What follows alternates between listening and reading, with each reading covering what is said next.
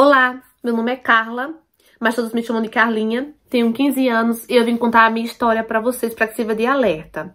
Eu sempre fui muito pobre. Atualmente eu moro em um barraco velho, bem simples, bem humilde, com a minha mãe, meu pai e meus 3 irmãos.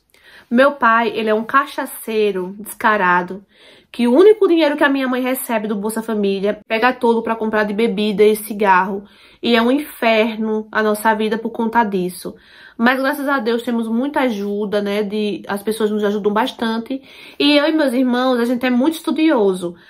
Nosso sonho é estudar muito, muito mesmo, pra no futuro conseguir dar um futuro melhor pra minha mãe, né? Até mesmo pro meu pai, mesmo fazendo isso. Mas eu amo muito meu pai. E a gente quer dar uma vida melhor, né? Pra ele sair desse barraco e tal, né? E por conta disso, de eu ser muito estudiosa, eu sempre chamei muita atenção dos meus professores. E eu tenho uma professora que ela sempre, até hoje, ela me ama, ela gosta muito de mim. E ela sempre me convidava para ir para a igreja que ela frequentava. Até que um dia eu resolvi aceitar esse convite. E eu fui conhecer a igreja que ela frequentava, né? E lá eu gostei muito da igreja, é uma igreja cheia de jovens, louvor, muito louvor. E o líder da igreja era muito legal. Só que tinha uma coisa que eu não gostava. As pessoas bajulavam muito esse líder. Fazia tudo o que ele queria, mimava, ficava bajulando muito, sabe? Mimando muito. E eu não gostava disso, eu era a única que ficava assim de cantinho e não ligava pra isso, sabe? Eu não gostava de ir, quando iam abraçar ele, eu não gostava. Nessa altura, gente, nessa época eu tinha 12 anos, tá? Até que um dia, o líder da igreja disse que queria conversar comigo, ao fim do culto. E eu fiquei assustada, e eu falei pra minha amiga, nossa amiga, o que é que eu fiz? E ela começou a rir e falou, não, calma, essa conversa não é nada demais, tá? Vai ser tudo tranquilo, normal, uma conversa de boa. E quando ele me chamou ao fim do culto, eu tava com a minha amiga. Aí eu pedi pra minha amiga ir comigo, só que ele não deixou. Ele falou que eu tinha que ser sozinha, né? Tinha que ser comigo sozinho. Então eu fui. Quando chegou nessa salinha, né, só eu e ele, a conversa foi normal. Fluiu normal. Ele perguntou coisas da minha vida, perguntou quem eram meus pais, onde eu morava, perguntou se meus pais sabiam que eu tava frequentando aquela igreja. Ele perguntou coisas da minha vida e eu falei tudo pra ele, né? Falei tudo. Então, passados uns dias, ele apareceu na minha casa com um monte de coisa pra mim e pra minha família.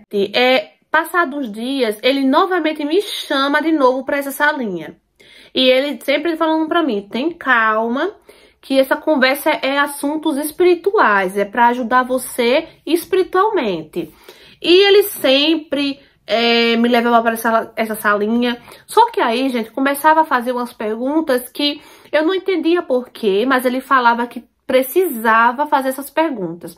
E essas perguntas eu já não tenho nem coragem de falar aqui. E eu também não tive coragem de contar pra ninguém, pra minha professora, nem pra minha líder espiritual, nem pra minha mãe. Eu não tive coragem de contar pra ninguém mesmo.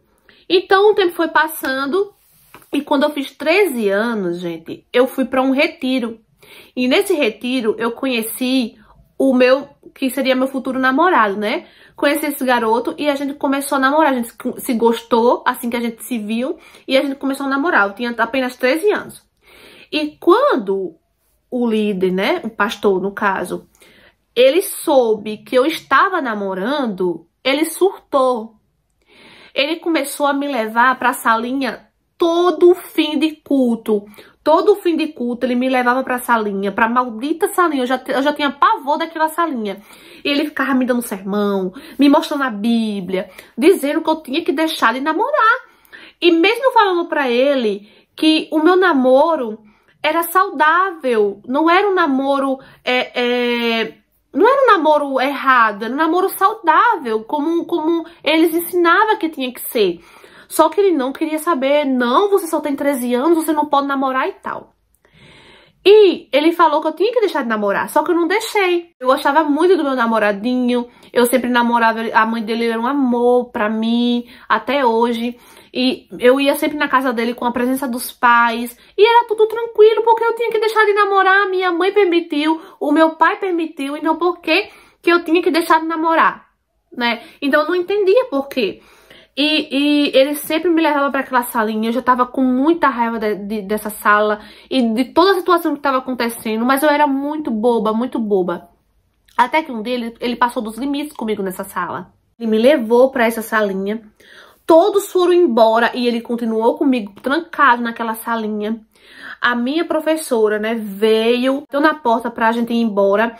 E ele abriu a porta e falou assim: irmã, eu vou ficar mais um tempo com ela aqui, com a Carlinha aqui, porque eu tenho que mostrar pra ela na Bíblia porque esse namoro é errado. E a professora só disse: glória a Deus, né? A minha professora disse: oh, glória, não sei o que, isso mesmo, tá bom. E acreditou nele, gente. E eu também acreditava, porque eu gostava dele, eu passei a gostar dele pelo jeito dele, né? Então eu fiquei na sala de cabeça baixa, muito triste. E quando a professora foi embora, ele pegou no meu braço, começou a me sacudir toda, sacudir no meu braço, falando: você tem que deixar de namorar com esse menino, você tem que deixar. E, gente, a minha reação foi gritar. A minha reação foi gritar. Eu disse: me solta, pelo amor de Deus, me solta. E ele lá me sacudindo, mandando calar a boca. E eu disse: me solta. E eu comecei a gritar, já fiquei desesperada. Ele soltou meu braço assim com tudo e falou: vai embora, sua escandalosa. E eu fui embora, gente, morrendo de chorar, morrendo de chorar. Antes de chegar em casa, né, voltei ao normal, enxuguei as lágrimas, porque eu não queria que a minha mãe visse o meu estado. E eu não contei nada pra minha mãe. Desde esse dia, eu não botei mais os pés na igreja. Todo mundo perguntando o que tinha acontecido. Muitas pessoas achavam que era por causa da insistência dele do namoro. E eu falava que era isso mesmo, que eu não queria mais ir pra igreja e tal. E ele sempre ia na minha casa perguntar por mim, querer falar comigo, levar as coisas. E eu dizia pra minha mãe dizer que eu não estava, né? Até que um dia ele chegou lá em casa com um celular de presente pra mim.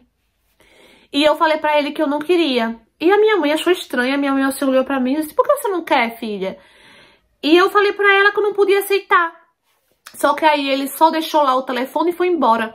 Então a minha mãe ficou perguntando: por que você não quis aceitar? O que aconteceu? E eu falei: não, mãe, não é nada, é porque eu só não queria mesmo. Eu achei estranho chegar um com o celular pra mim, não sei o quê. E a história ficou por aí, né? Só que aí, gente, ele sempre me ligava. Sempre me ligava. E ele dizia pra eu voltar pra igreja, ele pedia desculpa, ele falou que exagerou e tal. Só que eu não queria, gente, eu já fiquei com muito medo dele. Muito medo mesmo, porque eu tava muito apreensiva. E eu não contei nada pra ninguém, né? Eu tava carregando aquilo sozinha dentro de mim. Até que um dia eu esqueci, fui na casa do meu namorado, esqueci o telefone em casa. E quando ele ligou, a minha mãe atendeu. E ele tava bêbado, gente. A minha mãe disse que ele falava coisa por coisa. Dizia: Carlinha, eu te amo, Carlinha, fica comigo, sabe? A minha mãe ficou horrorizada. A minha mãe não conseguia nem ouvir direito o que ele falava, porque a minha mãe tinha ele, né, como uma figura exemplar. Então, a minha mãe confiava muito nele. E quando ouviu isso, a minha mãe ficou com nojo. A minha mãe disse que só se lembra disso. Só se lembra dele falar: eu te amo, Carlinha, eu quero ficar com você. Minha mãe só lembra disso, porque minha mãe ficou desnorteada. Não conseguiu mais ouvir mais nada. Aí minha mãe xingou ele de tudo, desligou o telefone. E quando eu cheguei com meu namorado, a minha mãe falou tudo, contou tudo, perguntou o que tinha acontecido, eu contei tudo o que aconteceu, contei pro meu namorado. A gente queria falar para as pessoas dessa igreja, para tomarem cuidado, só que a minha mãe não quis se meter nisso. A família do meu namorado também falou pra gente deixar pra lá. E eu comecei a frequentar a igreja do meu namorado, né? E hoje, gente, esse pastor ainda tá nessa igreja, né? As pessoas ainda estão lá, não sabem do que aconteceu. Ele nunca mais me procurou, nunca mais. Depois que a minha mãe falou as coisas com ele, falou que ia chamar a polícia, alguma coisa assim. E ele nunca mais me procurou, nunca mais me perturbou. Às vezes eu encontro ele, eu esbarro com ele nas ruas, encontro, ele fica assim olhando pra mim, só que eu não dou ousadia, eu não ligo, eu passo direto, sabe? Eu criei um pavor mesmo. E agora eu tô muito feliz, agora eu tenho 15 anos. Quando isso aconteceu eu tinha 13, agora eu tenho 15, tô muito feliz com meu namorado, a gente ainda tá namorando. E eu frequento a igreja dele, né? Deus, ele provê o nosso sustento de cada dia, né?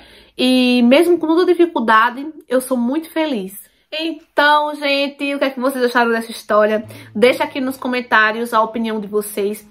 E a minha, gente, é o seguinte. Muitas pessoas, elas confiam demais em pessoas que têm cargos de importância dentro das religiões, né? Como qualquer líder religioso, né? As pessoas têm muita confiança. Mas o que eu digo pra vocês é: tomem cuidado com seus filhos. Não confie cegamente em uma pessoa só porque ela é líder religioso. Só porque ele é um líder de importância dentro de uma organização, né? Não confie, tome cuidado, porque infelizmente muitos desses homens são lobos em pele de cordeiro, né? Eles estão ali fingindo ser uma pessoa que não é. Nem todos são assim, não vamos generalizar, tá bom? Nem todos são. Mas tem muitos casos desses, gente. Esse caso é real, tá? É uma história real. E, infelizmente, acontece muito, gente. Muito, muito, muito mesmo. Eu conheço várias pessoas que foram vítimas, tá? Que foram vítimas de abuso dentro das igrejas, né? Dentro das igrejas, pra você ver. E os pais confiavam e deixavam os filhos ali, porque não acreditava que pudesse acontecer uma pessoa daquela que era vista com bons olhos, né? Uma pessoa de exemplo, não acreditavam que ele pudesse fazer alguma coisa de mal, mas fez, né? Você não pode nunca ficar sozinha se ele tiver uma pessoa boa mesmo, honesta, ele jamais vai ficar sozinha com você, tá bom? Jamais. Seja menino ou menina. Ele jamais vai ficar sozinho com você. Ele vai chamar uma pessoa e melhor, uma pessoa do mesmo sexo que você, uma outra mulher, uma outra amiga. Vocês viram que ela chamou a amiga a primeira vez para ir pra salinha, ele não deixou. Esse é o primeiro ponto, tá bom? Que alguma coisa tá errada. Então prestem atenção nos sinais, prestem atenção nisso. Se você quiser levar uma pessoa com você e esse líder religioso não deixar, desconfie, não vá. Pode dizer, sozinho eu não vou. Com todo respeito, mas sozinho eu não vou. Entendeu? Então o certo é ele chamar uma pessoa pra conversar com você, se for alguma coisa relacionado à espiritualidade. Então essa foi a minha mensagem que eu quis passar pra vocês com essa história. Espero que tenha ajudado, espero que possa abrir os olhos de muitas pessoas. Um beijo e até o próximo vídeo. Tchau!